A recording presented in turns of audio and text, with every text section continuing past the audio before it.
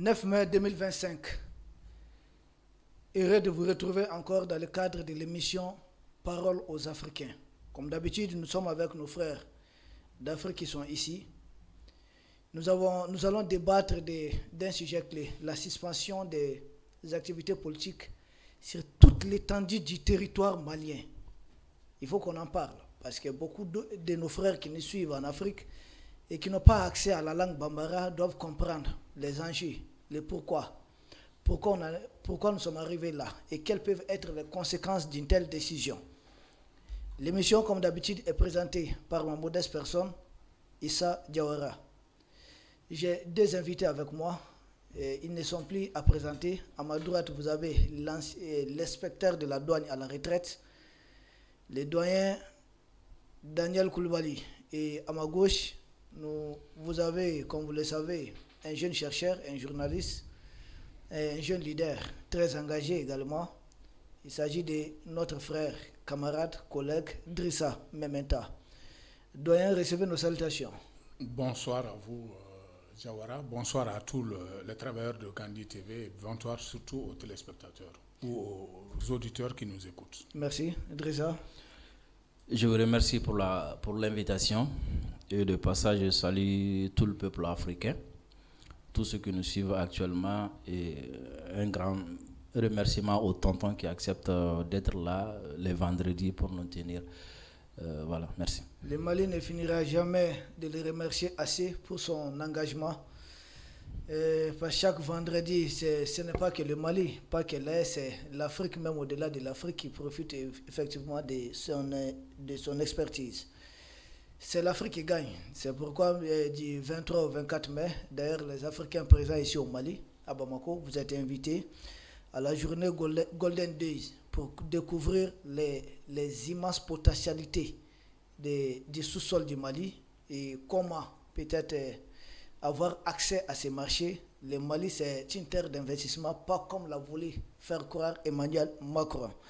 D'ici là, nous revenons dans l'analyse politique de ce qui se passe actuellement au Mali. Les autorités ont sagement décidé tout simplement de suspendre les activités des partis politiques. Et jusque-là, pourtant, ça a été déjà suspendu une fois, mais on avait réactivé et on vient de suspendre maintenant, c'est la seconde fois.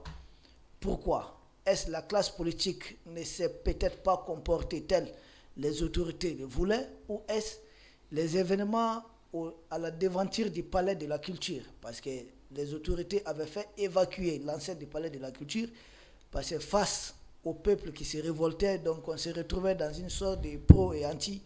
Qu'est-ce qui s'est passé concrètement? Pour cela, nous allons commencer avec le doyen Daniel, qui va essayer de décortiquer pour que nous comprenions davantage. Doyen, pourquoi cette suspension? Comment voyez-vous cette décision?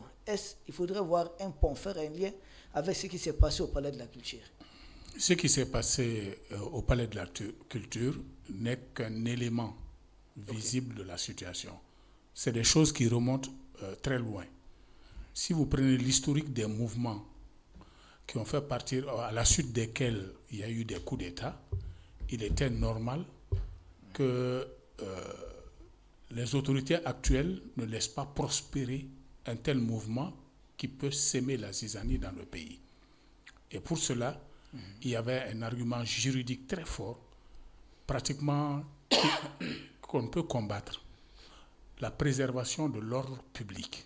Effectivement. Ça, c'est du rôle et ça relève de la responsabilité des autorités. Tout mouvement dans la rue, même si encadré, qui peut provoquer des problèmes, les autorités ont l'obligation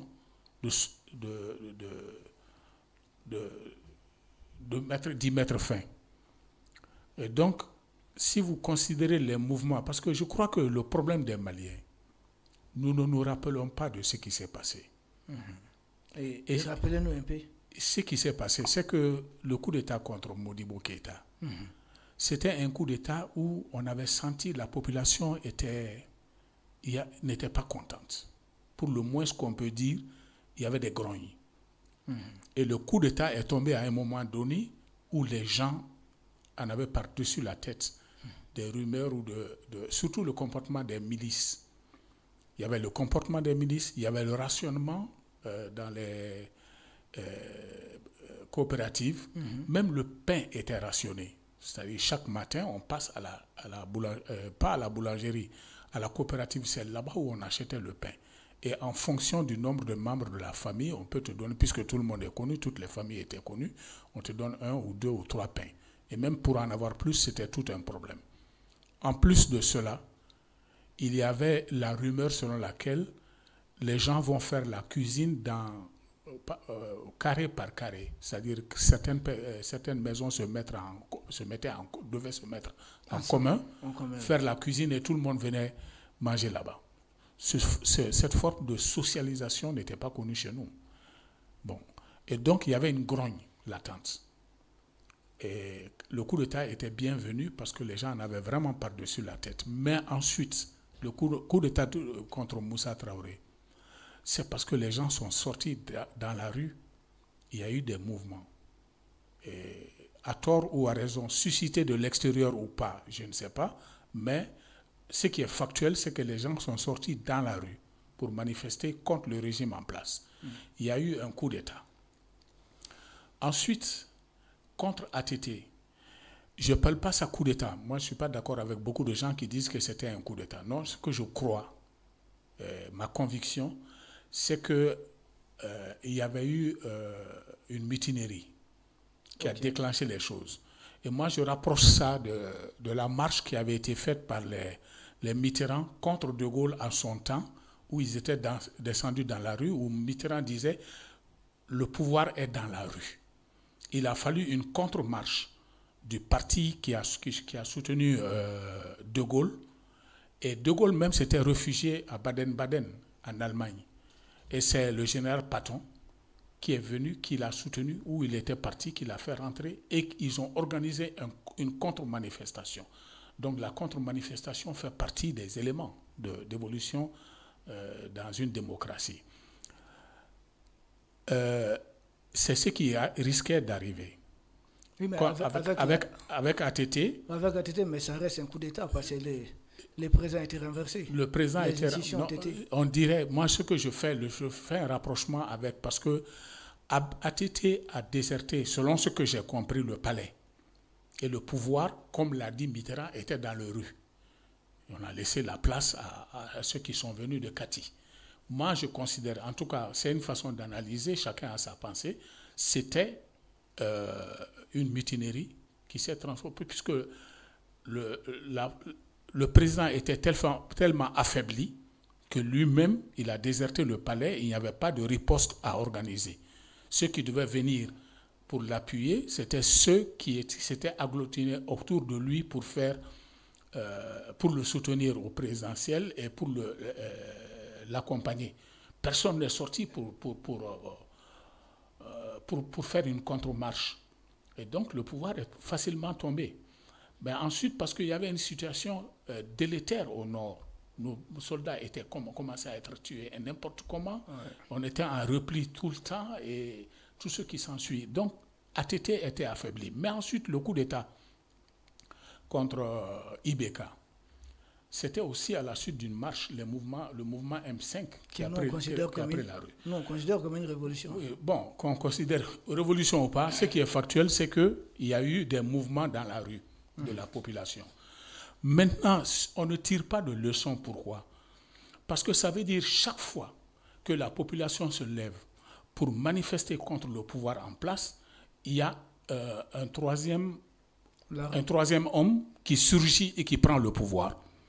Or, à moins de faire une erreur, de répéter la même erreur que John Jerry Rawlings ou Amadou Aya, personne ne prend le pouvoir pour donner à un autre. Ça ne se fait pas. Si tu fais, après, il va t'éliminer.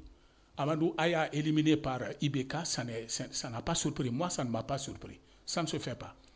Maintenant, ça veut dire quoi? Que tous ces mouvements de rue où on pense pouvoir faire partir le pouvoir en place, on peut le faire. Le parti peut partir. Les dirigeants peuvent partir. Mais ceux qui vont venir, ce sont les militaires. Et aujourd'hui, si tu prends la configuration du groupe qui a fait le coup d'État au Mali, il y a pratiquement toutes les armes sont représentées. Et ils ont pris le soin de restaurer la chaîne de commandement en les propulsant généraux. Parce que pour mieux restaurer la chaîne de commandement, on les a mis généraux. Donc là, ceux qui étaient à ce niveau-là ne peuvent plus rien dire parce qu'ils ont le grade. Donc, ce qui se passe, c'est que les prémices d'un mouvement qui se dessinait et qui allait partir crescendo. Et s'il n'y avait pas de contre-marche pour les arrêter, on espérait sur une intervention de l'armée pour que ça puisse... Mais là, dans le cas spécifique de ceux qui ont fait le coup d'État aujourd'hui, je dirais, c'est presque impossible. Voilà. Bon, on ne tient pas compte de ces choses-là, or c'est extrêmement important. On parle de l'ordre public. L'ordre public, c'est un fourre-tout juridique que les pouvoirs publics peuvent sortir à n'importe quel moment pour mettre fin à des mouvements, surtout dirigés contre lui. C'est de bonne guerre. Voilà. Ensuite, ce qu'il faut tirer comme leçon, c'est que chaque coup d'État laisse des séquelles. On a encore commis des erreurs à ce niveau.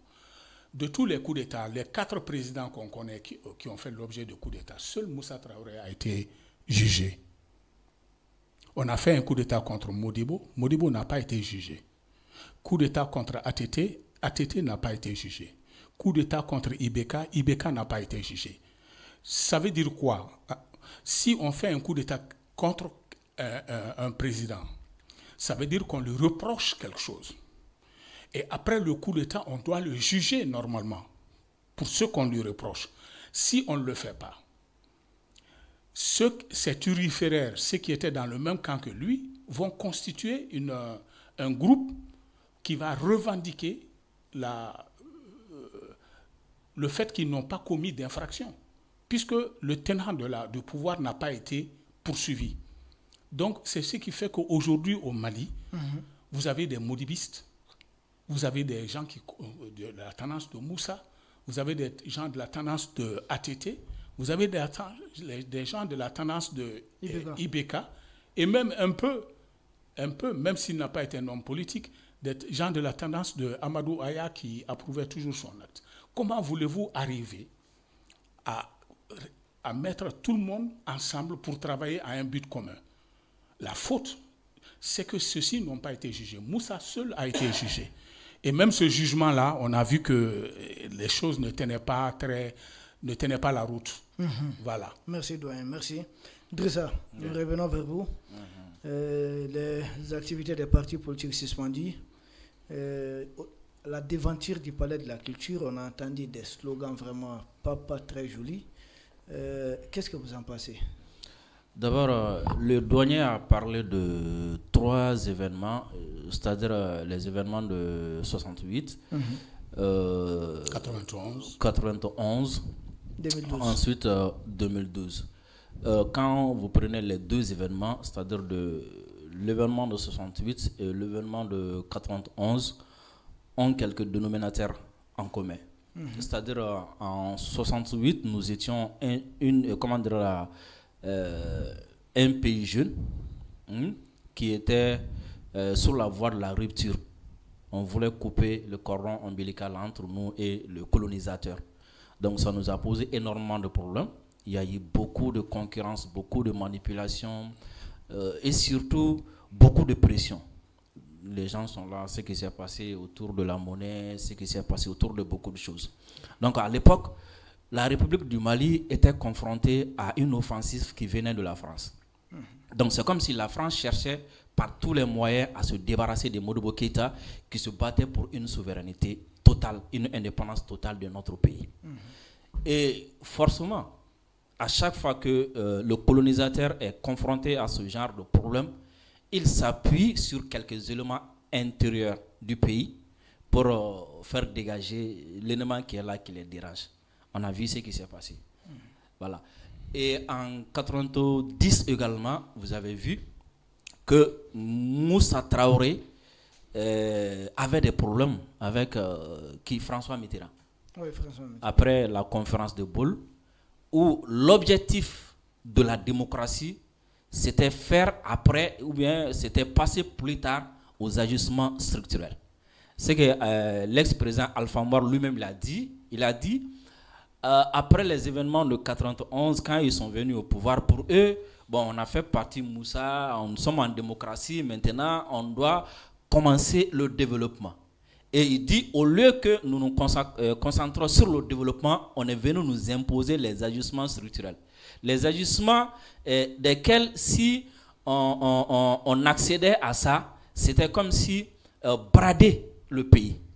Donc à l'époque, on ne pouvait pas y résister parce que quand on a voulu résister un peu, on a senti à l'intérieur que les choses pouvaient mal tourner, comme s'il pouvait y avoir un coup d'État. C'est les propos de Alpha Omar qu'on arrête comme ça. Donc c'est comme si, à l'époque, ils ont dit, bon, prenez la démocratie, mais l'intention du colonisateur, c'était les ajustements structurels, comment avoir l'État ou comment chasser Moussa Traoré. Donc à cette époque-là aussi, même si Moussa a arrêté la marche souverainiste de l'État, mais à un moment donné, il n'était plus d'accord avec ce que la France faisait. Donc, à chaque fois, quand vous prenez ces deux événements, vous verrez que, premièrement, il y a une main derrière qui est là, qui empêche le pays de bouger, qui fait tout pour asphyxier le pays. Ensuite, il y a des éléments qui sont là, qui servent de relais aux colonisateurs, premièrement pour manipuler la foule, ensuite pour reprendre le pouvoir afin que les désirs du colonisateur puissent être exécutés. Et si nous venons aujourd'hui, en 2025, ce qui se passe, c'est comme ce qui se passait en 1968. Aujourd'hui, après les événements de 2021, je ne parle pas de 2020, mais de 2021, quand Assimi est devenu président de la République, vous avez vu la rupture entre nous et l'ex-colonisateur. Le départ des militaires. Et vous avez vu également la constitution d'un bloc comme les Kwame Nkrumah, les Modibo Keïta et l'a sollicité à l'époque. Faire l'unité africaine à partir d'un bloc. Vous avez vu avec l'AES, on commence à mettre en place un bloc afin de pouvoir assurer notre souveraineté.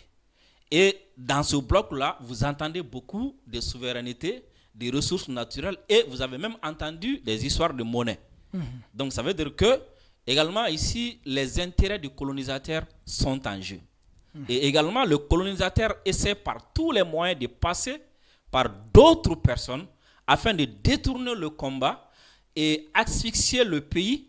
Et maintenant, le fait d'asphyxier le pays va servir va servir d'alibi. Ouais, des prétextes. Voilà, va servir de prétexte pour faire, provoquer un soulèvement.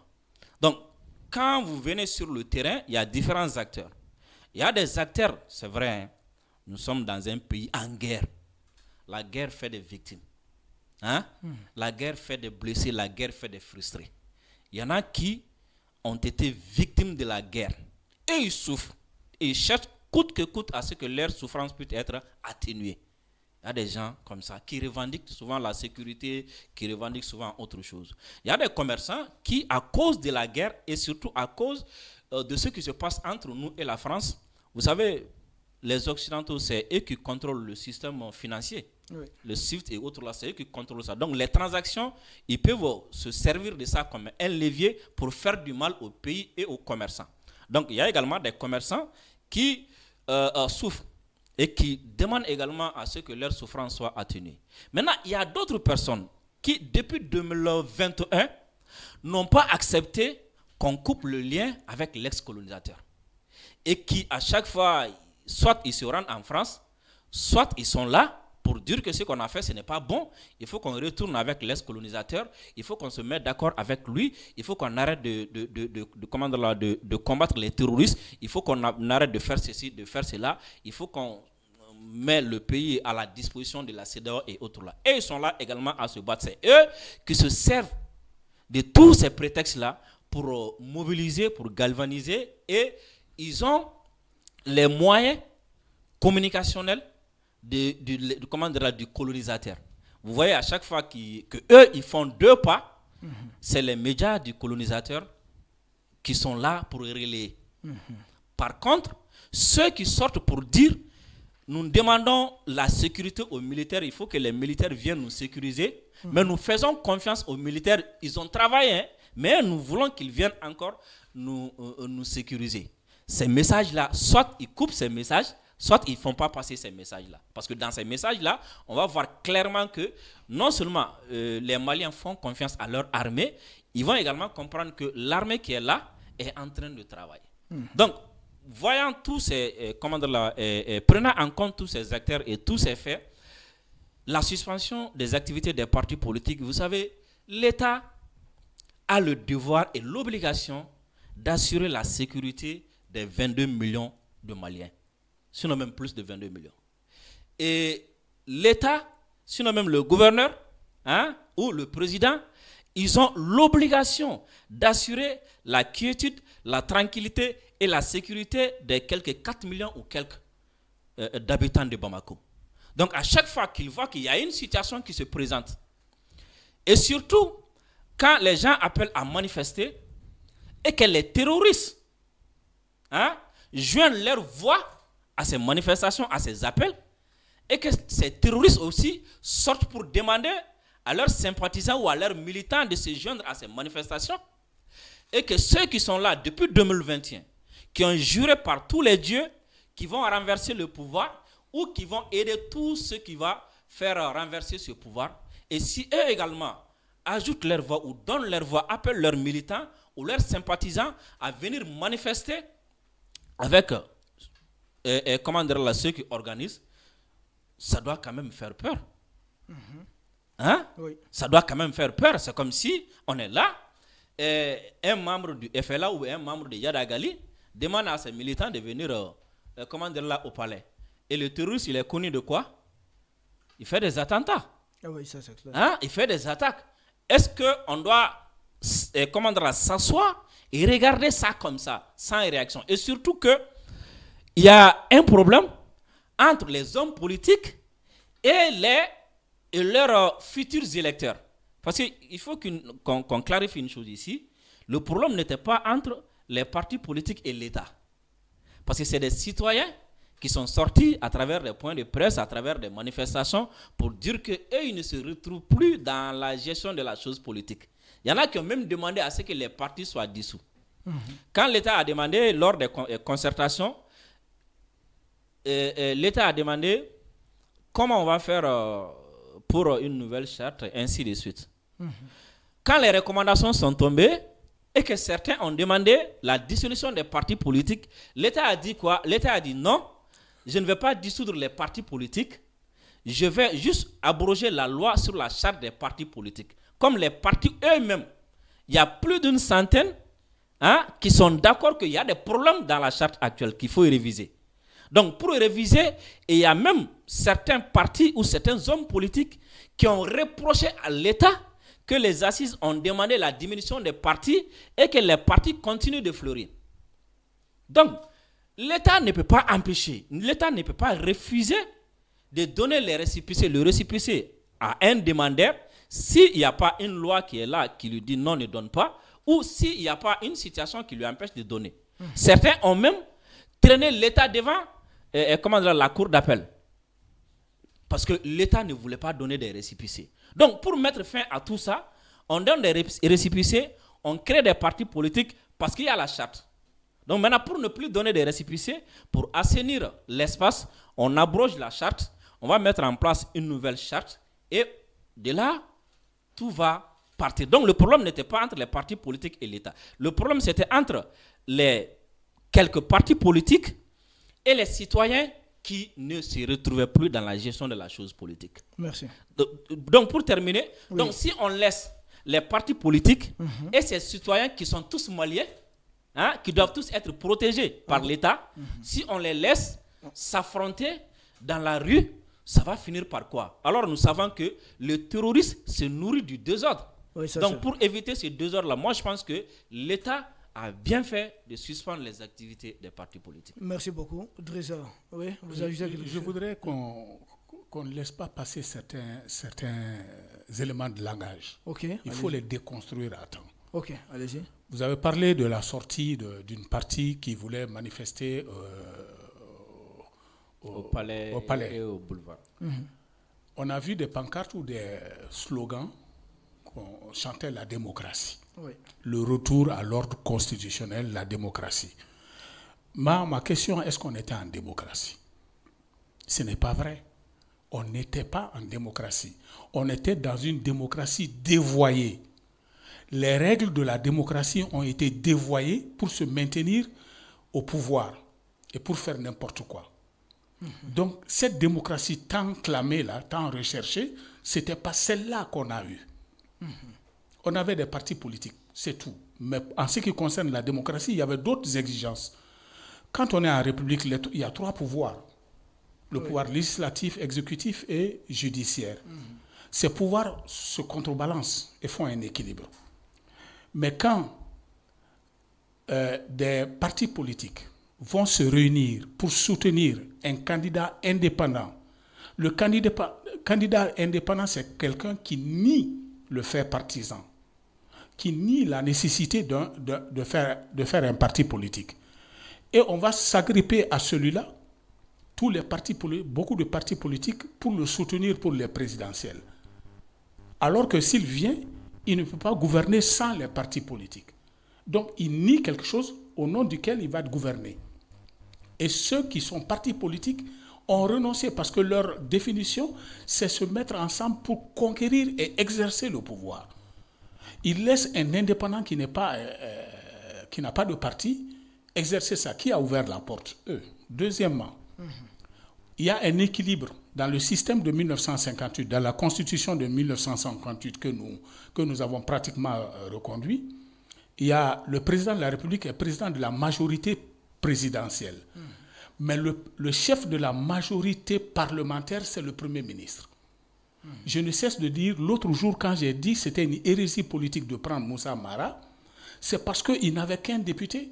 Et s'il n'a qu'un député, comment peut-il faire passer, même sans motion de censure, s'il n'y a pas pression du président de la République? Il a passé, il peut présenter son programme de gouvernement, il peut être admis.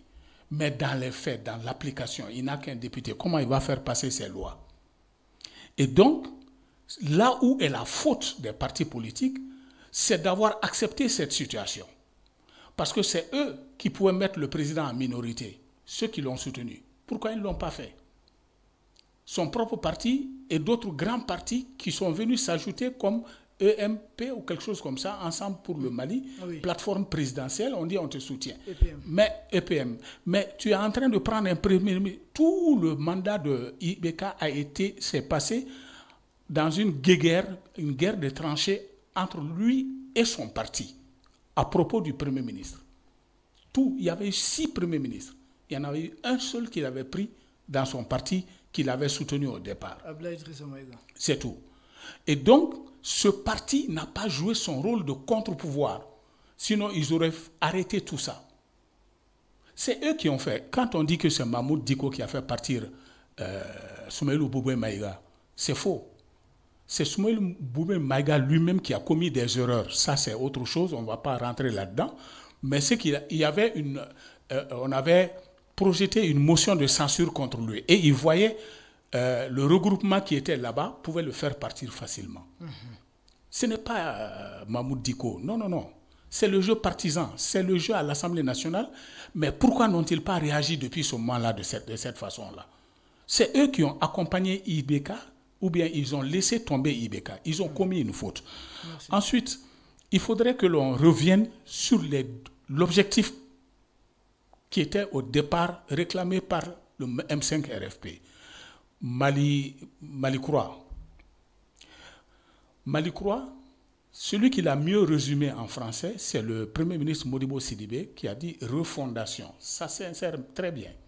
Mais quand vous refondez, vous ne prenez pas les mêmes éléments pour recommencer la même chose. On va sur une autre base. On l'a raté depuis le départ. Et ensuite, ça c'était la refondation, on dit c'est l'objectif. Ça veut dire il faut aller dans tous les secteurs où il y a des problèmes, et là où on peut régler le problème, on le règle. Là où on ne peut pas entièrement régler le problème, on met le train en marche. Et on atteint un point de non-retour et on passe la main. Ça, c'était un objectif. Ensuite, au cours du développement, il y a eu un second objectif qui s'est ajouté. La confédération en vue d'une fédération. Ça, c'est quelque chose qui n'était pas prévu au départ, qui est venu dans la lutte. Ceux qui ont même mené le M5 RFP, mais ne pensaient pas du tout au départ à ça. Ça veut dire que les choses changent tous les jours. Et quand ça change, il faut s'adapter. Donc, cette nouvelle donne pose des exigences. Nous sommes 3 pays qui sont en confédération, qui voulons aller en fédération. Ça pose des problèmes de marche alternée, de marche ensemble, cadencée, on va au même pas. Si on rate ça, ce que tout le monde a toujours voulu, on va rater ça. Merci. Voilà. Merci, doyen. Ceci étant, Drissa Memeta, nous revenons vers vous. Parce que cette décision du Mali, nous avons entendu certains fameux experts de l'ONU. Je me demande si l'ONU c'est un État ou si c'est vraiment une organisation à laquelle nous avons adhéré librement, s'ingérer dans nos affaires internes en disant, c'est même une instruction donnée au Mali presque, d'abroger cette décision que les autorités du Mali ont prise de façon souveraine. Quelle analyse vous en faites? Bon, déjà, je me demande qui sont ces soi-disant experts, ils sont où? Et à partir de quelle analyse et à partir de quel droit ils se sont permis de donner des injections à l'État? Où était l'ONU quand les Maliens se réunissaient ici pour demander de remodeler l'espace politique malien? Où était l'ONU? N'est-ce pas la CEDEAO même qui disait ici en 2018 ou avant 2018 que le Mali ne devrait pas s'hasarder d'aller aux élections sans faire des réformes parce qu'il y avait des risques. Où était l'ONU? Ou je ne sais même pas si c'est encore l'ONU, hein? Ce sont les experts. Voilà, j'ai compris, parce que quand on dit expert de l'ONU, je ne sais pas c'est qui. C'est des gens manipulés. Voilà, c'est pas quand on dit expert de l'ONU. Je me pose la question, pourquoi ils ne respectent pas la charte de l'ONU? Pourquoi? Si l'ONU s'inquiétait autant pour le Mali, si l'ONU voulait autant faire du bien pour le Mali, pourquoi l'ONU n'a pas voulu mettre la MINUSMA, c'est-à-dire dans le cadre de la chapitre 7 des Nations Unies pour combattre les terroristes? Pourquoi? Que l'ONU nous explique ça d'abord. L'ONU a toujours refusé de combattre les terroristes. L'ONU a refusé de faire ça ici. Pourtant, même si ça se passe mal au Congo, l'ONU a fait ça là-bas. Oui, ils l'ont fait. Et pourtant, ce n'étaient pas des terroristes. Mais chez nous, il y a des terroristes qui doivent être combattus par tout le monde. Mais l'ONU a refusé. Non, mais au Congo, ils sont tous des terroristes. Non, j'ai compris. J'utilise leur propre terme, quoi. Ah, ok. Voilà. Pourquoi? Si l'ONU s'inquiétait autant pour le Mali. Et les experts de l'ONU n'ont pas entendu les appels à manifestation des terroristes. Ils n'ont pas entendu ça. Pourquoi les experts de l'ONU veulent fermer les yeux sur les recommandations des assises nationales? Pourquoi les experts de l'ONU veulent pousser l'État à violer des textes? Pourquoi? Pourquoi les experts de l'ONU veulent que les tenants du pouvoir laissent la situation se pourrir? Parce que laisser 2 camps s'affronter le 3, les laisser s'affronter le 5, les laisser s'affronter le 9, c'est cautionner le désordre, c'est encourager la déstabilisation. Dans ce cas, quelle serait même l'utilité de l'État, l'utilité des autorités? Si, en amont, l'État ne peut pas prendre des mesures pour éviter l'État de connaître le chaos. Donc, je pense que ces gens-là, soi-disant experts, premièrement, qu'on nous dise qui ils sont, ensuite, qu'ils nous disent sur quoi ils se basent pour nous demander ça, alors que c'est eux qui encouragent Zelensky de continuer. Hein? C'est eux qui encouragent Zelensky d'interdire à tout citoyen qui a, ou à tout garçon qui a 18 ans de sortir du pays. Et c'est eux qui permettent à Zelensky de rester au pouvoir sans élection. Merci. Quels sont ces genres d'experts? Merci, je pense que les doyens vont nous aider à répondre, mais profitant même de cela, doyens, au même moment, les fameux experts de l'ONU, je ne sais pas pourquoi ils n'ont pas condamné le fait que le terroriste qui a renversé Bachar al-Assad, qui est aujourd'hui président de la Syrie, un terroriste qui n'a jamais été élu. Il s'agit d'un terroriste qui n'a jamais été un militaire de l'armée syrienne. Et il a été reçu par Emmanuel Macron à Paris, le même Macron qui traite les dirigeants de l'Est de tous les mots. C'est quoi cette ingérence des fameux experts de l'ONU?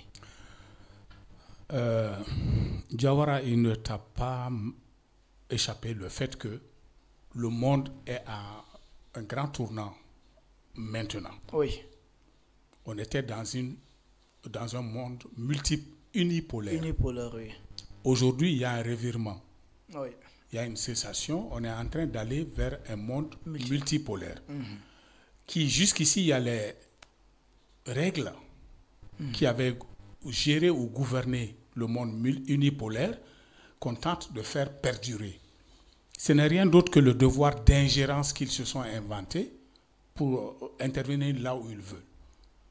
Et donc, moi, je n'accorde pas beaucoup d'importance parce qu'aujourd'hui, ce qui se passe, c'est l'ONU même l'existence même de l'ONU à plus ou moins long terme qui sera en cause.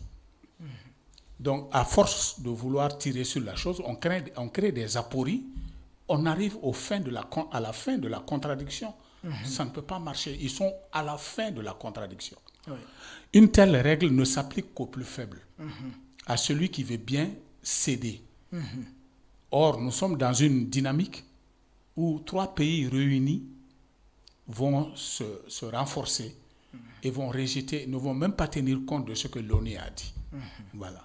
Moi, je ne tire pas beaucoup sur la corde. D'accord. C'est l'existence même de l'ONU aujourd'hui qui est menacée. Effectivement, là je suis d'avis. Et nous restons toujours avec vous. Dans ce même ordre d'idée à peu près, parce que l'ONU essaie d'encourager, parce que nous avons vu les médias aussi propagande de la France appeler à cette mobilisation, qui pour nous est un acte qui visait à déstabiliser tout simplement notre pays. Mais nous avons vu qu'à la dernière minute, hier soir notamment, les partis politiques eux-mêmes ont décidé de renoncer. Ils ont communiqué à la fameuse manifestation qui était prévue ces jours du 9 mai.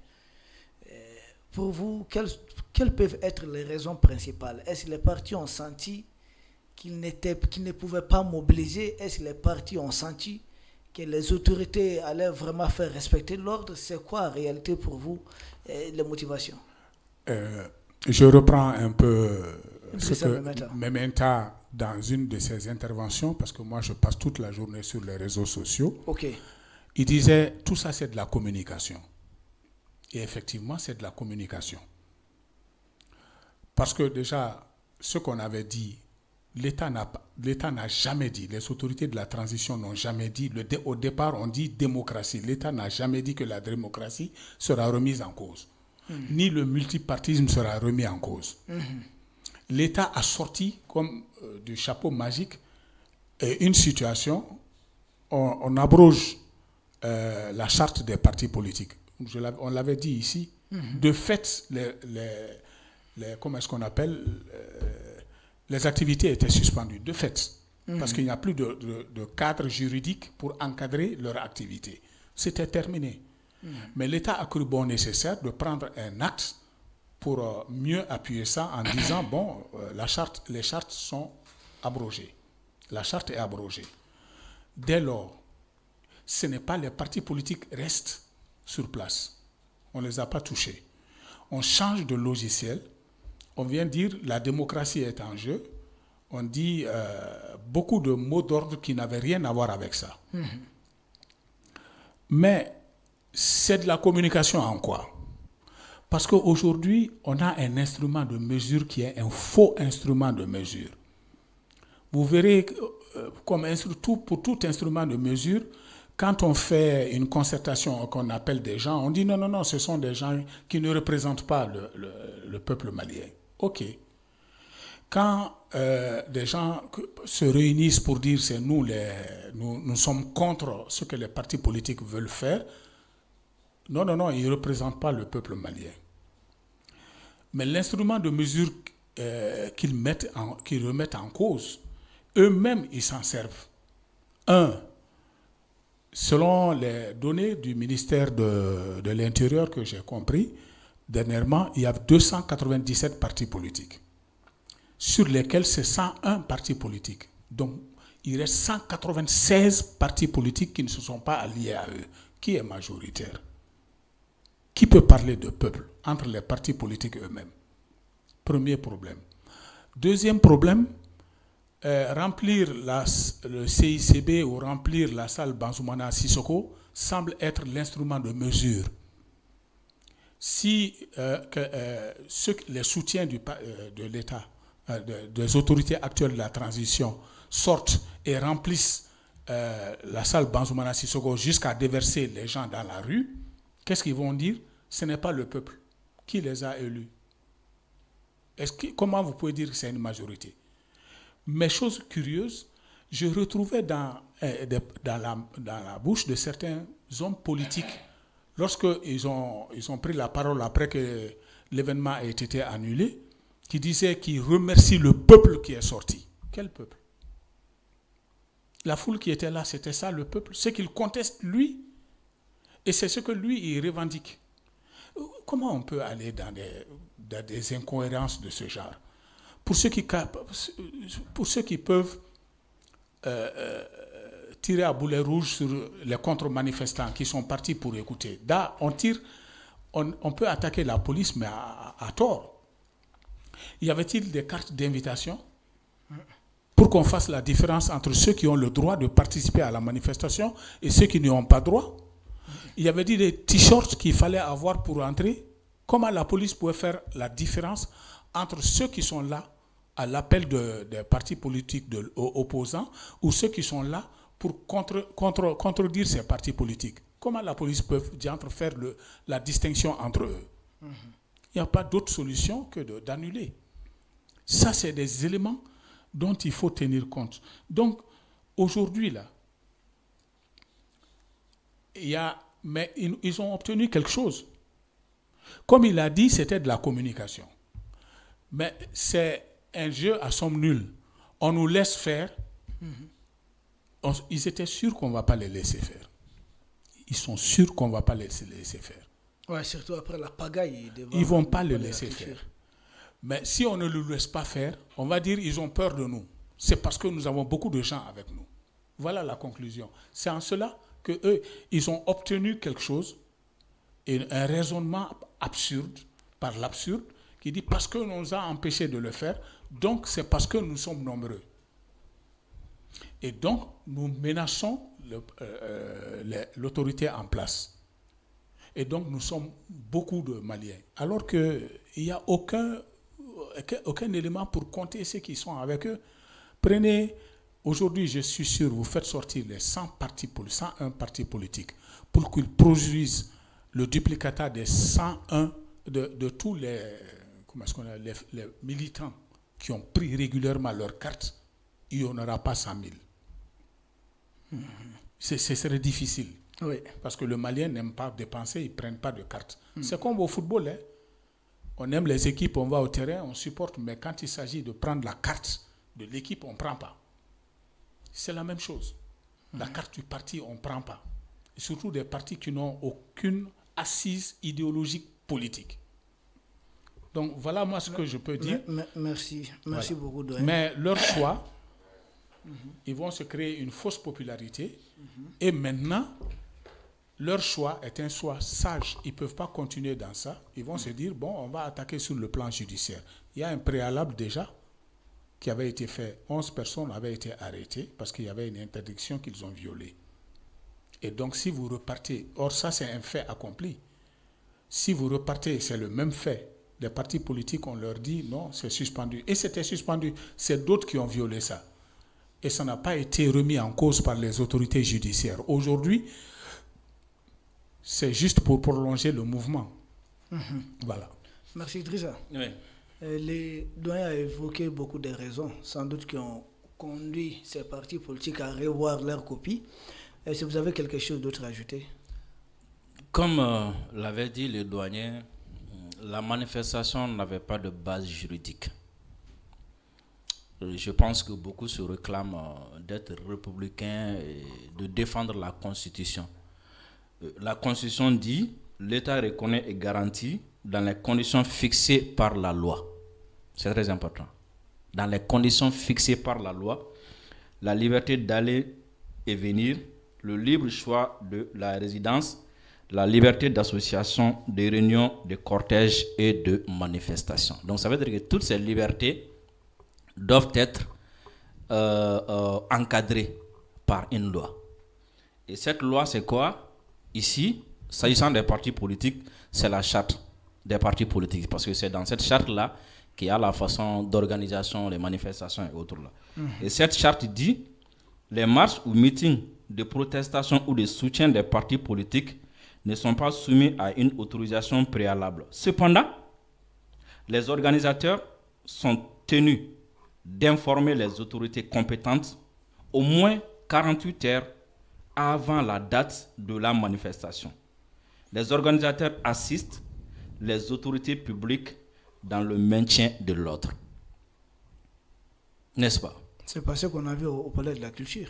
Donc ici, la charte dit, vous avez 48 heures pour informer les autorités. Vous parlez de la charte des partis politiques? Oui. C'est abrogé? J'ai compris, j'arrive. C'est justement pour ça qu'il le dit. Voilà. 48 heures pour informer les autorités. Donc, s'il n'y a pas de charte, est-ce que c'est une autorisation qui doit être demandée ou c'est une information simplement qui doit être faite? C'est quoi? Sans charte. Une autorisation. Il faut demander carrément. Deuxièmement, les organisateurs assistent l'autorité publique dans le maintien de l'ordre. Ça veut dire ici, la responsabilité du maintien d'ordre est partagée entre les organisateurs et les autorités. Maintenant, il n'y a pas de charte. À qui va incomber la responsabilité du maintien d'ordre? Sans charte. Ça, c'est un vide. C'est un vide. N'est-ce pas? Donc, quand on se dit, on est là pour le pays, on est républicain, quand on se retrouve devant un tel vide, on doit se retenir. On doit se retenir. Et surtout que, si vous avez remarqué un peu, depuis, un peu vers après la manifestation du 14 janvier, je crois que la dernière manifestation qui nous a été autorisée, supposée même être soutien de la transition, c'était un 22 septembre, en 2022 si je ne me trompe pas. Et dès lors, les autorités ont dit, vu les multiples informations, vu les multiples complots des déstabilisateurs et des terroristes, que le boulevard de l'Indépendance ne sera plus donné à quelqu'un pour manifester. Ici, vous remarquez, à part la sortie spontanée du jour de la libération de Kidal, personne n'est autorisé à aller manifester au boulevard de l'Indépendance. Ils le savent. Oui. Ils le savent. Donc, dans de telles conditions, dans de telles situations... Donc, l'endroit choisi même était inapproprié. Inapproprié. Et inaccessible même.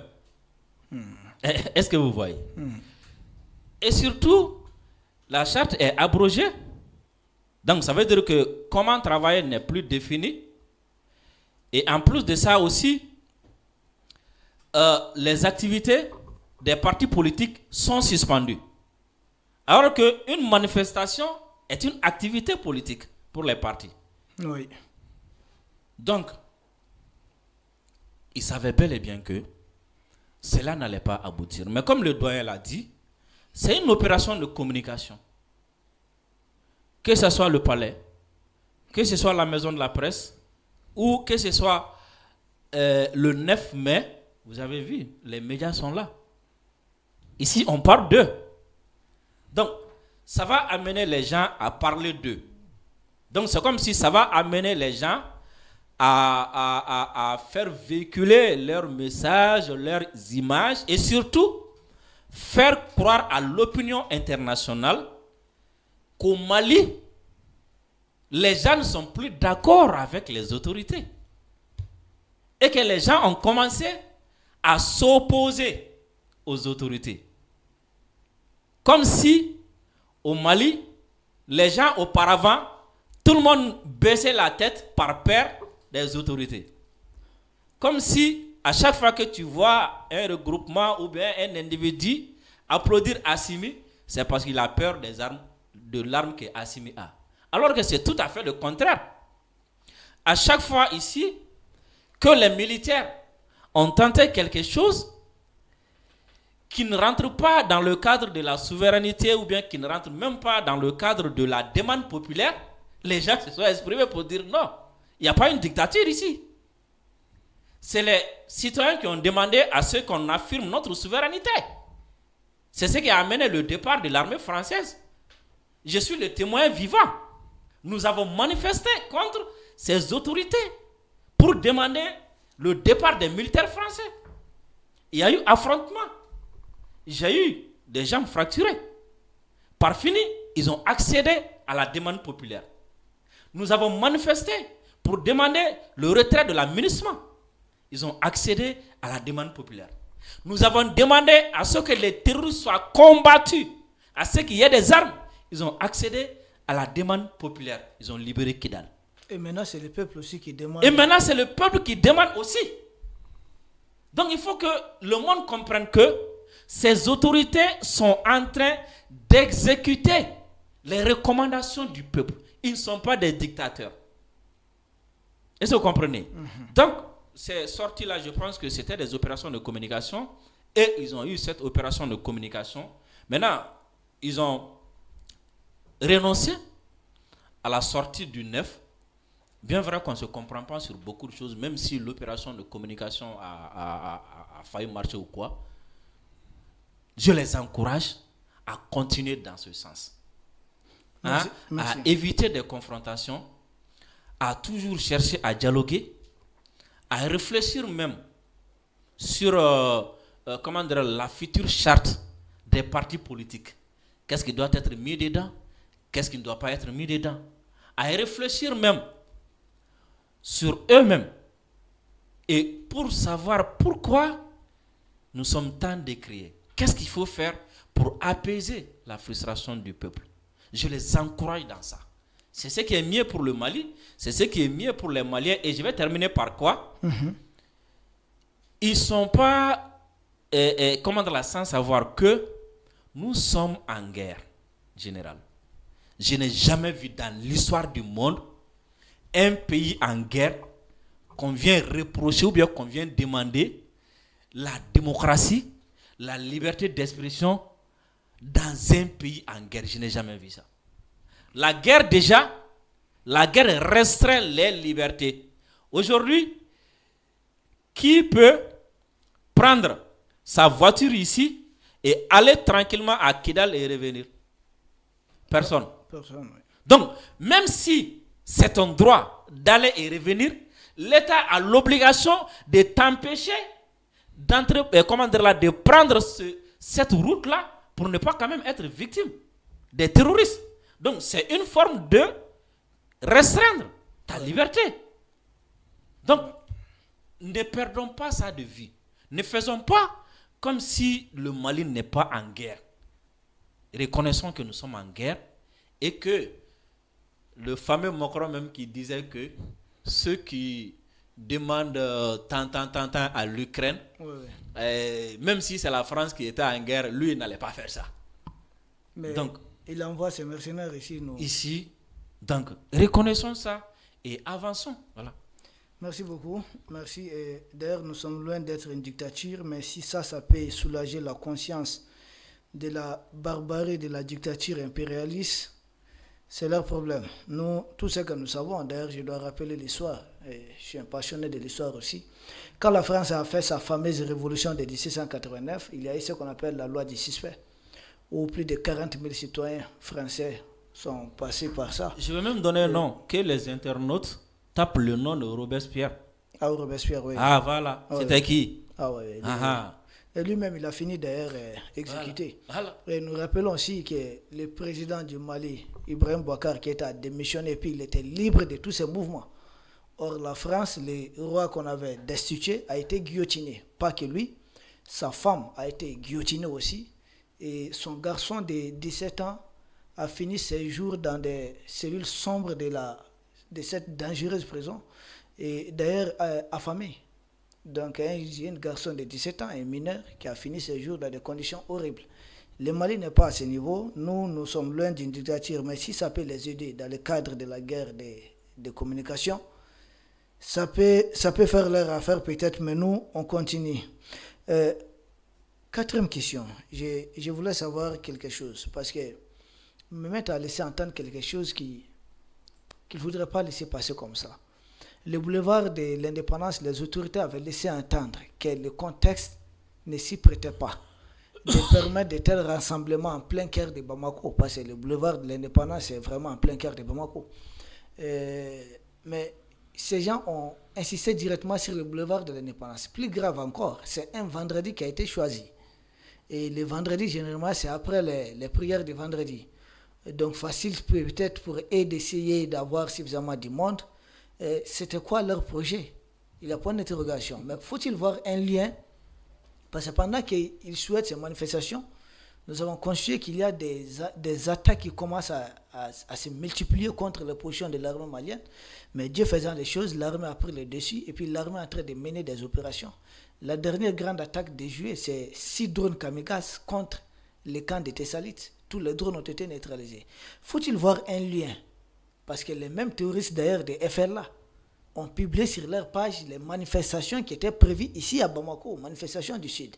Faut-il voir un lien? Faut-il craindre une connexion entre ce qui se passe sur le terrain, les opérations militaires, et puis ce qui se passe ici sur le terrain, comme on va dire, politique? Faut-il voir un lien?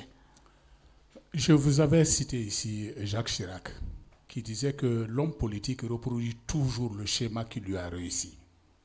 Ah, ok. Ils ont tellement singé le schéma de M5 RFP jusqu'à aller fixer le rassemblement à un vendredi, en espérant sur un mardi. Parce qu'il y a la répétition des coups d'État un mardi. Et on avait inauguré le rassemblement les vendredis. Donc on passe comme la Nivaquine qu'on avait découverte parce que quelqu'un, par hasard, a bu l'eau.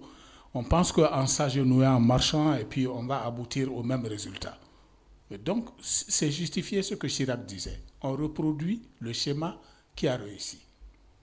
Ça, c'est le premier point. Maintenant, pour faire, est-ce qu'il y a concomitance? Je dirais peut-être que oui. Avec une petite réserve, mais peut-être que oui. Pourquoi? Parce que si on prend l'historique de 91 jusqu'à aujourd'hui, chaque fois qu'il y a eu des mouvements à Bamako, politiques à Bamako, il y a un mouvement des terroristes au nord. Concomitamment, les deux se font ensemble. Moi, je me rappelle, j'avais rendez-vous avec quelqu'un le jeudi matin, je crois. J'étais sur le pont, il m'avait donné rendez-vous, il faisait partie du CNDRE de Amadou Aya.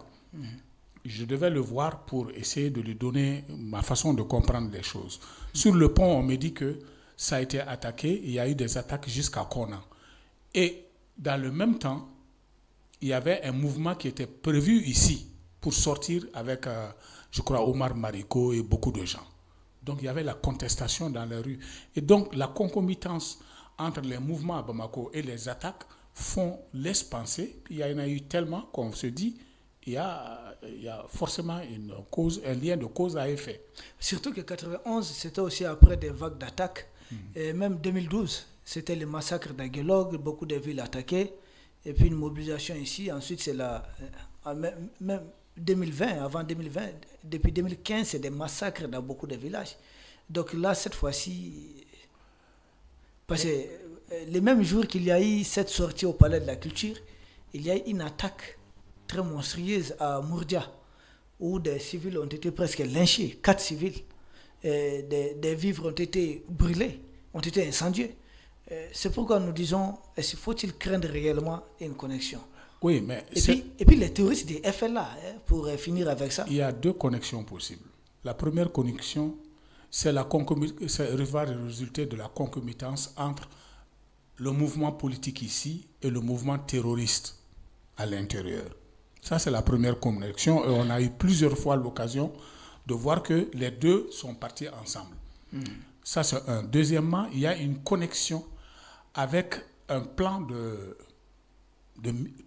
annoncé, assumé par Emmanuel Macron de venir à la contre-attaque. Il faut financer. Il est parti jusqu'à intimer l'ordre au réseau des médias français qui dépendent de lui, c'est inimaginable en démocratie. Et les seuls qui sont sortis pour protester, c'est les journalistes même de ces médias-là, qui ont dit mais on veut embrigader, c'est un embrigadement du 4e pouvoir. On aurait fait ça ici, on se serait retrouvé 10 pieds sous terre.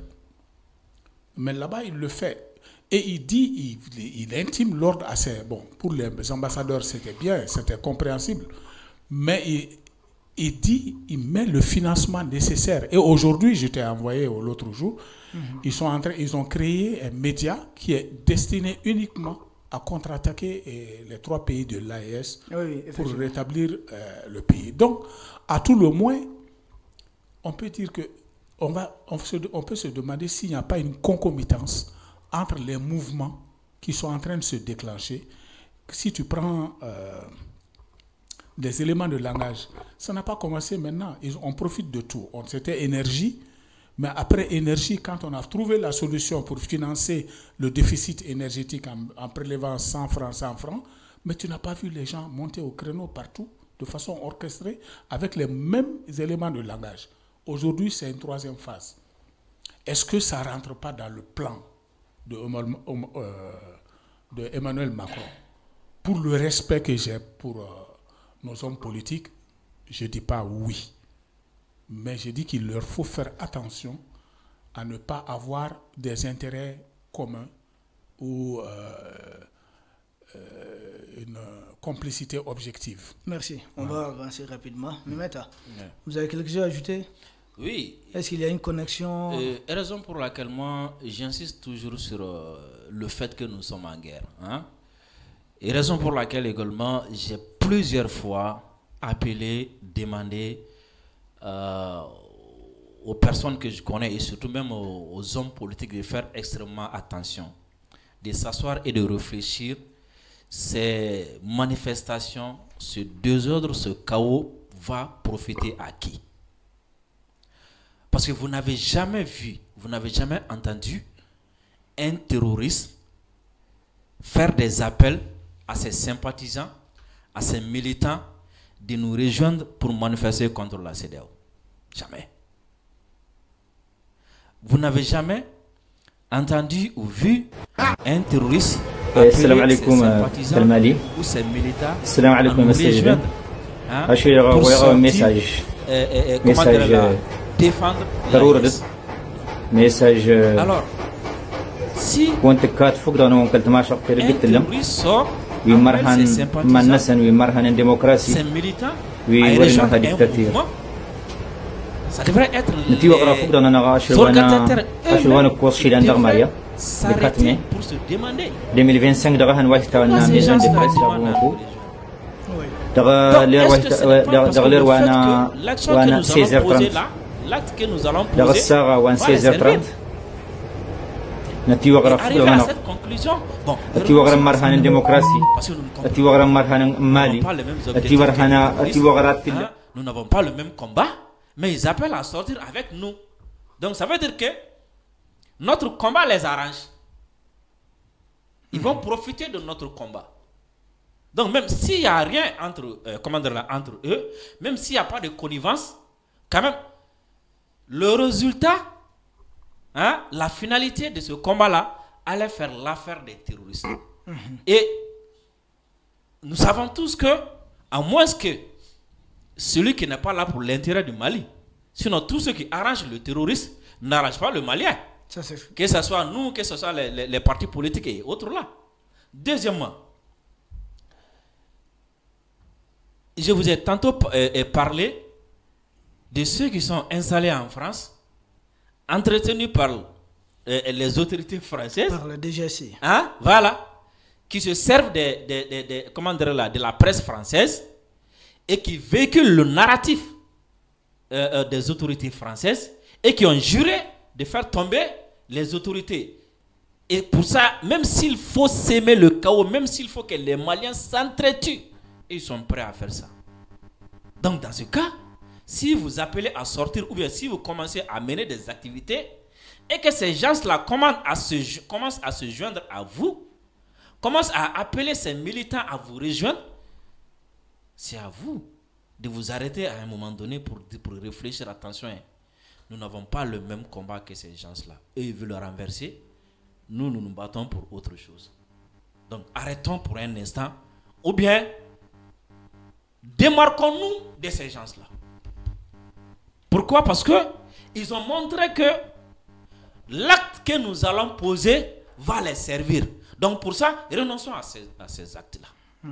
Raison pour laquelle j'ai plusieurs fois appelé les hommes politiques à prendre en compte cet aspect-là.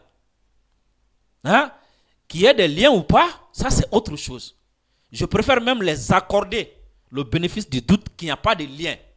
Mais l'acte qu'ils allaient poser, l'affrontement, le désordre qui allait en sortir, allait servir de comment dire là, les causes voilà les causes des terroristes et autres là. Et nous savons aujourd'hui que, comme vous l'avez tantôt souligné, les terroristes, ils aiment le chaos. Pourquoi? Parce que si les Bamakois se mettent à comment dire là, se macheter ici, à se marcher dessus ici, comment dire là, à remplir des rues, à bloquer des marchés, ben, le militaire qui est au nord, le militaire qui est à Mouroudjan ou bien le militaire qui est à Menaka en ce moment-là, il a sa famille à Bamako. Il va sur le terrain, il va se poser la question, mais attention, ma femme, mon père, mon petit frère qui est à Bamako, est-ce qu'il a une bonne santé? Est-ce qu'il va bien? Il va être déconcentré.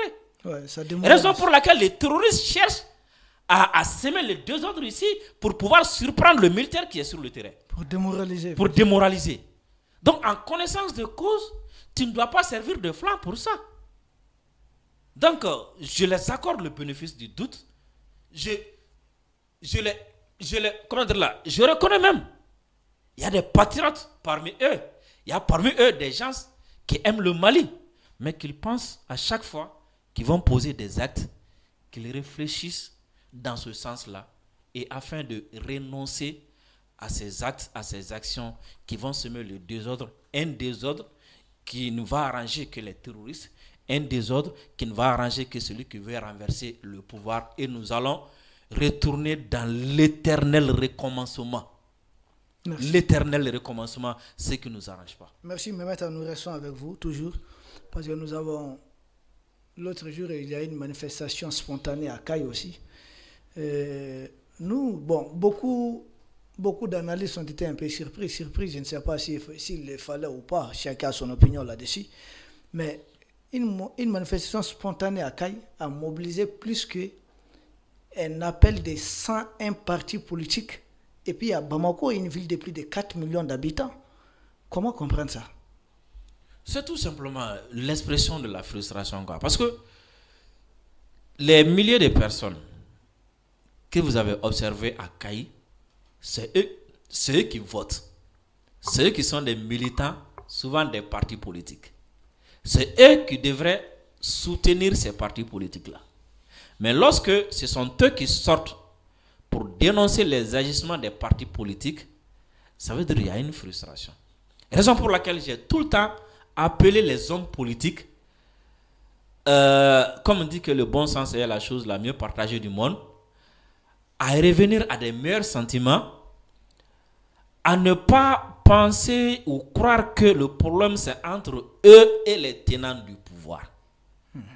Le problème aujourd'hui, que tu sois d'accord avec moi ou pas, les citoyens maliens, sinon même le citoyen, même pas au Mali, même ailleurs, même dans les pays occidentaux, tout le monde se plaint aujourd'hui de la gouvernance mondiale. Tout le monde se plaint aujourd'hui de ce système-là qui gouverne le monde.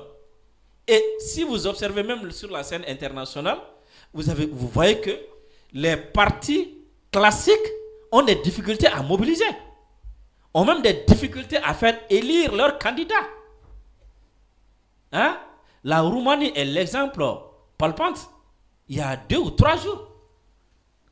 Donc c'est le citoyen du monde qui est frustré contre la pratique politique. Donc ceux qui vont s'en sortir grands, ceux qui vont gagner, c'est ceux qui vont comprendre qu'il est temps de changer. Okay. Qu'il est temps de comprendre que les réseaux sociaux ont fait en sorte aujourd'hui que on ne peut plus mentir aux gens. On ne peut plus manipuler. On ne peut même plus cacher ce qui se passe. Les gens à Bamako ici, ou bien même à Djema, ou bien à Konobougou, eux ils savent ce qui se passe aux États-Unis. Eux ils savent ce qui se passe au Canada. Ouais. Et ils savent maintenant c'est quoi la démocratie. Hein? Ils savent comment les élections se font. Et ils ont même entendu des gens dire que les résultats, les chiffres sont discutés en avance. On discute sur les pourcentages. Bon, il y a eu des élections, le président a eu 70%, on va discuter, non, 70% quand même c'est trop. Prenons 60%, non, c'est peu. Hein? C'est les Français eux-mêmes, à travers leurs documentaires, qui nous ont montré qu'ils discutaient des résultats des élections avec Omar Bongo. Hein? Oui. Voilà. Donc, on voit tout ça. Merci. Hein? Et le Malien aujourd'hui, étant au Mali, ben, il sait comment la Chine s'est développée. Il sait comment les États-Unis se sont développés. Donc, ça ne sert à rien de venir lui vendre des bobards, des illusions. Il sait tout, il voit tout. Il veut quoi? Il veut que ses intérêts soient préservés. Il veut un homme intègre, sincère, qui a des projets pour son pays. Il ne veut plus un homme qui a volé, qui a pillé et qui tantôt défend des terroristes, tantôt défend des Occidentaux, tantôt vient se présenter pour défenseur des constitutions, tantôt vient nous demander de violer la constitution pour faire plaisir aux terroristes. Merci. Voilà. Douin, vous ajoutez quelque chose sur cette grande mobilisation depuis la ville de Kayi? Moi, je n'ai pas grand-chose à ajouter parce que, comme je le dis, on a un faux instrument pour mesurer la popularité. Voilà, il y a eu tel nombre de monde, personne n'a compté. Et puis, mais ce que je sais, ce qu'on peut compter, c'est qui est palpable. Il y a 297 partis politiques. Un parti ayant une voix, étant égal à un parti, s'il n'y en a que 101 qui sont sortis pour contester, ça veut dire qu'il y a 196 qui n'ont pas contesté. Ils ne sont pas majoritaires. Non. Voilà, c'est ce que moi je constate. Ok, on reste avec vous, doyen. L'émission tire vers sa fin. Comment voyez-vous dans l'œil d'un analyste, d'un expert, comment voyez-vous les semaines à venir? Je dirais que, comme toute communication, ça va passer, ça risque de passer. Mais ce que je perçois, il y a beaucoup de chefs de partis politiques pour qui j'ai beaucoup de respect. des hommes responsables qui se retrouvent pris dans un mouvement. Ils ont réagi parce que quand ils ont monté de leurs mains, de leurs poches avec leur sueur un parti politique, du jour au lendemain qui peut être balancé, et surtout toute leur ambition, pour ceux qui approchent les 75 ans, toute leur ambition se retrouve renversée. C'est malheureux que ça leur arrive. C'est des gens qui sont très sérieux, à mon avis. Mais aujourd'hui, il s'agit, moi, je n'ai pas la prétention de leur donner des conseils, parce que c'est des hommes avisés qui ont été des hommes d'État, qui sont des hommes d'État. Mais en tant que citoyen malien, ce sur quoi j'attire leur attention, c'est l'objectif. Nous sommes à la veille d'atteindre un objectif dont le plus récent remonte à 1953 avec la Libye qui s'est constituée en pays fédéré. C'est nous qui sommes aujourd'hui en situation de réussir ce challenge. Et je crois humblement que je peux leur demander de prendre ça en compte. Face à leur ambition politique, de prendre ça en compte. Surtout qu'ils sont les aînés. Ils peuvent toujours conseiller aujourd'hui leurs cadets à qui Dieu a confié la destinée. Je pense que non seulement ils sont très instruits, ils ont beaucoup d'expérience, mais je crois fondamentalement que s'ils s'y mettent, ils vont trouver le moyen de marcher avec tout ça, de s'entendre avec les autorités pour que l'œuvre de leur vie ne soit pas renversée de cette façon et qu'ils trouveront toujours un chemin. C'est de très bons négociateurs quand ils le veulent. Ok. Voilà. Merci. Nous, étant jeunes, nous leur disons qu'arriver peut-être au crépuscule de sa vie, il ne faut pas nourrir des regrets d'avoir travaillé à remettre le Mali entre les mains, en tout cas, d'une France décadente. Idrissa Memeta, les semaines à venir, comment vous voyez ça? Bon, je pense déjà que la fin de la récréation a été sonnée. Oui. Voilà, chacun connaît ses poids. Voilà, à part les opérations de communication, chacun sait, voilà, il pèse quoi exactement. Donc, je pense que la chose va être juste, va se recentrer sur des débats, des communiqués, et surtout ceux qui sont mal intentionnés vont continuer d'entretenir leurs liens avec ceux qui veulent déstabiliser. Ah mais attention, là, est-ce que le général Modibo Koné n'est pas en train d'agir? Nous voyons une accalmie, on a tout commencé à rentrer dans l'ordre, comme tu l'as dit, c'est la fin de la récréation. Bon, on va pas rentrer dans ça. Je sais que tu sais des choses, tu sais que je vois si je suis au courant des choses. On va pas rentrer dans ça pour ne pas empiéter sur ce qui est en cours. Voilà, ce qui est en cours. Mais quand même, je sais que voilà, il y en a qui sont têtus et ils vont vouloir forcer. Voilà, adviendra qui pourra. Mais je pense que les sorties, les trucs là vont cesser. Comme déjà, vous n'êtes pas sans savoir qu'il y a des négociations qui sont en cours. Il y a des personnalités qui ont été touchées par certains hommes politiques pour aller plaider leur cause, on le sait. On ne va pas citer des noms. Ça ne va pas se passer comme ça. On va citer des non, vous savez, c'est la raison pour laquelle, général, il faut que le Malien s'intéresse, c'est-à-dire à la politique, quoi, au fonctionnement des hommes politiques. Comment est-ce qu'ils travaillent. Quand ils parlent là, il faut que tu arrives à détecter, quoi. Quand ils parlent, est-ce qu'ils font du tapage? Quand ils parlent là, est-ce qu'ils veulent vraiment. Est-ce qu'ils sont sincères? Voilà, c'est comme ça. Souvent, c'est crier pour être appelé, c'est crier pour être vu, c'est crier pour avoir des négociations. Montrer qu'on vit encore. Voilà. Parce que, général, c'est pas facile. Quelqu'un qui doit tout à la politique. Il a été ministre grâce à la politique. Il a été DG grâce à la politique. Il finance les études de ses enfants grâce à la politique. Hein? Il a eu 2, 3, 4 femmes grâce à la politique. Bon, si lui, il sent un bon matin tu as un problème avec que pour lui, là, ça va s'arrêter ici. Non, non, tu es provocateur. Hein. doit être continué. Donc, vraiment, oui. J'appelle les hommes politiques, les partis politiques, hein, à réfléchir à la gestion des partis, au fonctionnement et tout. Et je les appelle à soutenir la dynamique enclenchée. Parce que, vous savez, dans chaque groupe, vous allez trouver qu'il y a des gens qui sont sincères, hein, mais qui souvent soit se laissent dominer par l'émotion ou parce qu'ils ne savent pas tout ce qui se passe. Oui, ça c'est vrai. Voilà. J'avoue personnellement que voilà. Parmi ces politiciens, comme l'a dit les doyens, il y a ceux pour qui nous avons beaucoup de respect. Oui. C'est à eux de se ressaisir, voilà, de ne pas se laisser emporter. Exactement, qu'ils se ressaisissent.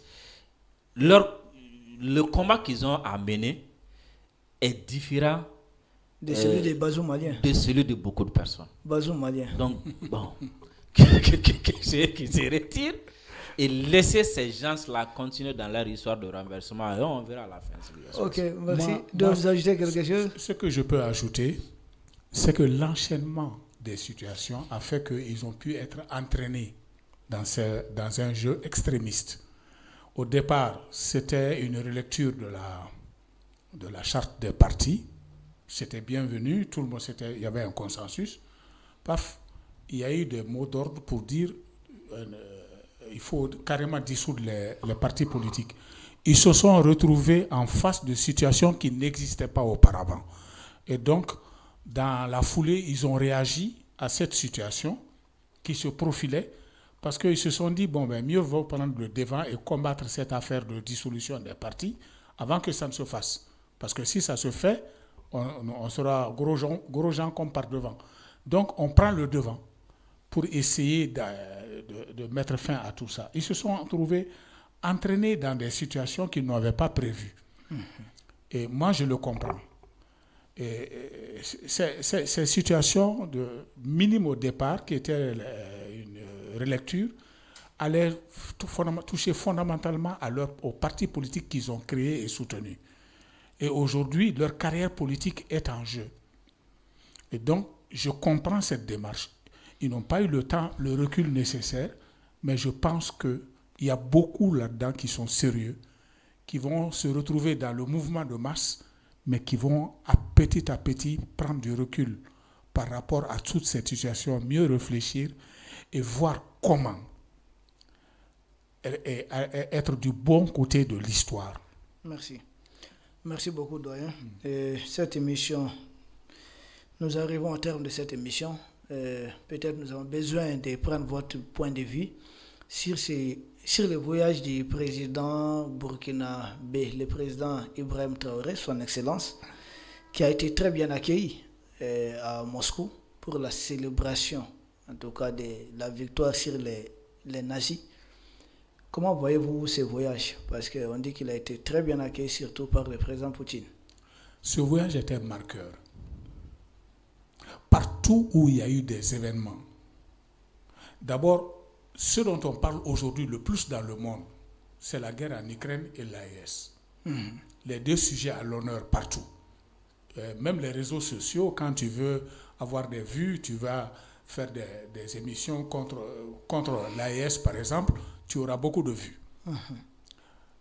Et avant le voyage de Moscou du président Ibrahim Traoré, il y avait d'abord sa participation à la prestation de serment du président ghanéen. Tout le monde a vu les applaudissements dans la salle. Ensuite, au Gabon, son représentant et le représentant malien ont été plus plébiscités particulièrement. Très bien ovationné. Très bien ovationné. Ça veut dire quoi? Ça veut dire nous avons commencé une lutte qui nous dépasse nous-mêmes. Aujourd'hui, le Mali est en train de, partout dans le monde, toutes les ethnies, ou toutes les races, si on veut, les communautés, ont une serpillière sur laquelle s'essuyer les pieds, c'est le noir. Aujourd'hui, la lutte que nous menons, c'est la lutte pour la dignité de l'homme africain. On est parti jusque-là. Et beaucoup nous suivent, et c'est pourquoi ils sont suivis partout. Donc, Ibrahim, il représente l'AES, ce truc-là. Il est accompagné par des envoyés qui se joignent à lui, mais c'est lui le chef de délégation. Le ministre de la Défense du Mali. Donc, notre combat est devenu un combat mondial, où il y a beaucoup de frustrés, des délaissés,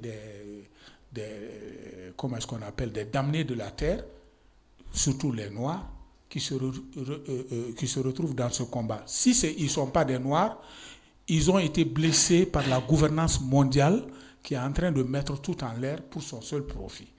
Donc nous menons une lutte qui va au-delà du Mali. Meta, nous terminons avec toi. Je ne vais pas être loin. C'est la France qui nous a entraînés dans la Première et dans la Deuxième Guerre mondiale. C'est pour la France que nos grands-pères ont laissé leur sang en France, et pour libérer la France, et pour que d'abord le 8 mai que la France célèbre ait lieu.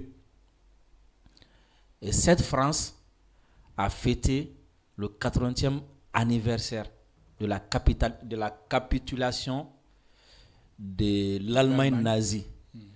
La Russie pour laquelle nous n'avons pas versé de sang, la Russie qui ne nous a pas entraînés ni dans la Première ni dans la Deuxième Guerre mondiale a pensé à nous et nous a invités lors du 80e anniversaire de la capitulation de l'Allemagne nazie. Donc ça démontre un peu qui est la Russie et qui est la France, qui est ingrat, qui est reconnaissant. Je m'arrête là. Merci beaucoup, peuple d'Afrique. Vous avez quelque chose à ajouter? Non. Merci beaucoup. N'oubliez pas une seule date à retenir, du 23 au 24 mai. Golden Days, ça serait d'ailleurs très bien d'aller là-bas. Il s'agit d'un forum qui va ressortir les potentialités du sous-sol du Mali et voir les conditions, en tout cas dans lesquelles je suis invité. Et je pense que vous y serez avec nous. Mais maintenant, vous êtes invité également. Donc, c'est du 23-24 mai au palais du congrès actuel CICB, Centre international de conférence de Bamako. Vous dites le 20 combien? 23 et 24 mai. 23 et 24 mai. Oui, au CICB. D'accord. Sauf que le problème est que j'ai été invité par quelqu'un qui se réveille. Mais maintenant, ça, c'est très... Surtout, tu t'attaquais à l'histoire des 4 femmes de nos aînés des partis politiques. On n'est pas d'accord avec toi. Donc, nous saluons tout le monde. Et puis, pour la communauté, en tout cas pour les Maliens qui nous suivent, ceux qui sont à Bamako, un message en Bambara aussi. Sini Badalabougou Misirbala, ka douauta ke Djamanaï. Donc, ton craint que nous avons, mais nous avons Mali Kongoï, Mali Kanyetaï. Donc, au Kelendo ka douauta Balabe, Badalabougou Misirla. Peuple d'Afrique, nous vous remercions et nous vous retrouvons sans doute le vendredi prochain pour un autre numéro de l'actualité concernant le Mali. L'AES ouvre tout simplement voir le monde. Merci beaucoup et à vendredi prochain.